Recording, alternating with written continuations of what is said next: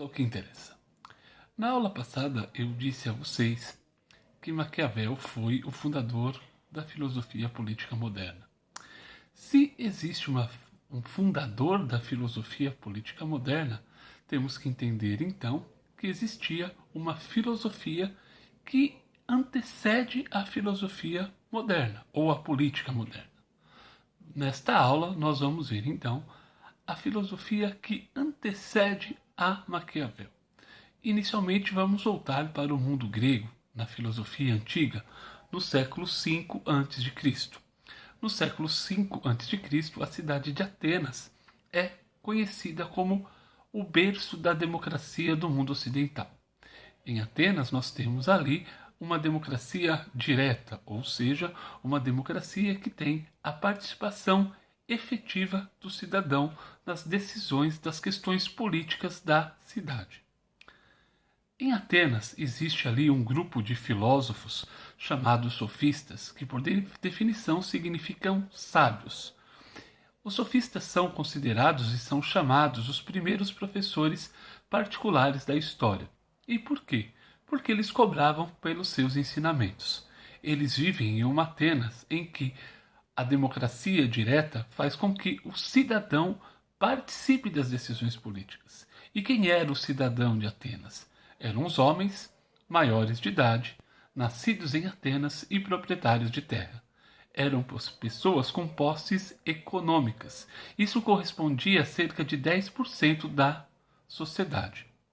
Para se vencer um debate na praça pública, o sujeito, ou o cidadão, melhor dizendo, deveria ter ali a melhor fala, a melhor explicação, a melhor oratória, a melhor retórica.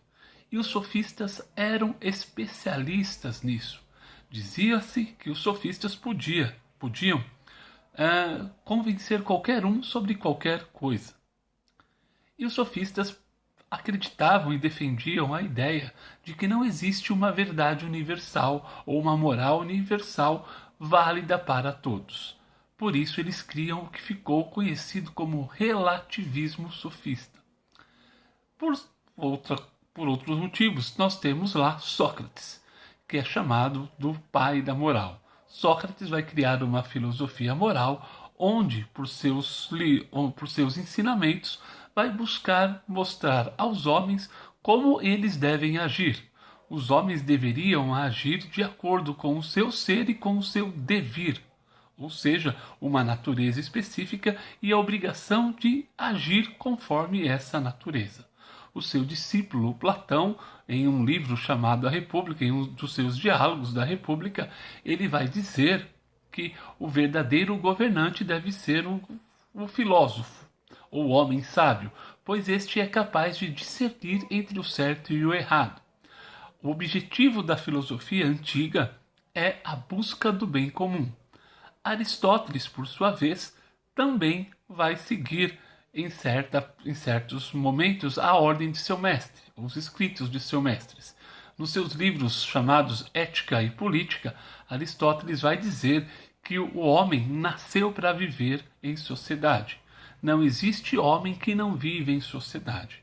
Aquele que não vive em sociedade ou é uma besta ou é um deus. Aristóteles descreve um homem como um animal político e que o seu fim último é viver em sociedade.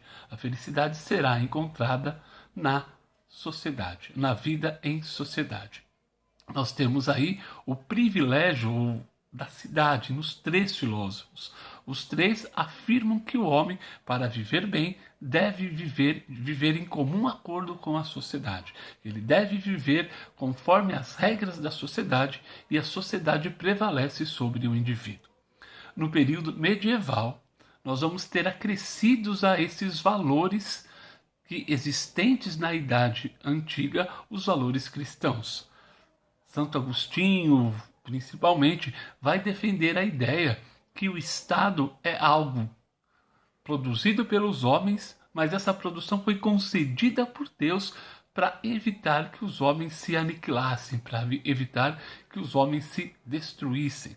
Enfim, nós temos aí, nesses dois períodos, a busca do bem comum como principal atributo para o bom governante. O bom governante deve seguir os princípios éticos, morais, de justiça, de verdade, enfim, os princípios que fazem a condução da boa gerência da cidade em nome do bem comum.